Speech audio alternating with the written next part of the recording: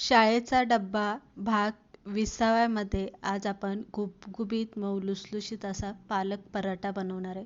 पालक स्वच्छ 3-4 पाण्याने धुवून अशी चिरून घ्यायची. आलं, लसूण, हिरव्या मिरच्या, जिरी, ओवा, बडीशेप, आपल्याला धने घालून पालक मिक्सरला कच्चीच बारीक वाटून घ्यायची. नंतर पालक चांगली शिजवून घ्यायची.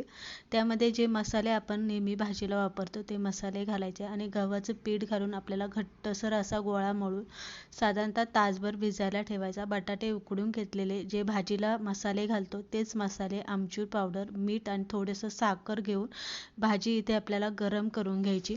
भाजी गरम झाली की गार करून घ्यायची. गार झाली की लिंबा इतके छोटे छोटे आपल्याला भाजीचे गोळे बनवून घ्यायचे आणि लिंबापेक्षा थोडेसे मोठे आपल्याला पिठाचा गोळा बनवून पराठा इथे हलक्या हाताने लाटून घ्यायचा आणि नंतर चांगला खुसखुशीत तेल किंवा तूप लावून भाजून घ्यायचा. तर बघू शकता डब्यासाठी आपला पालक पराठा बनवून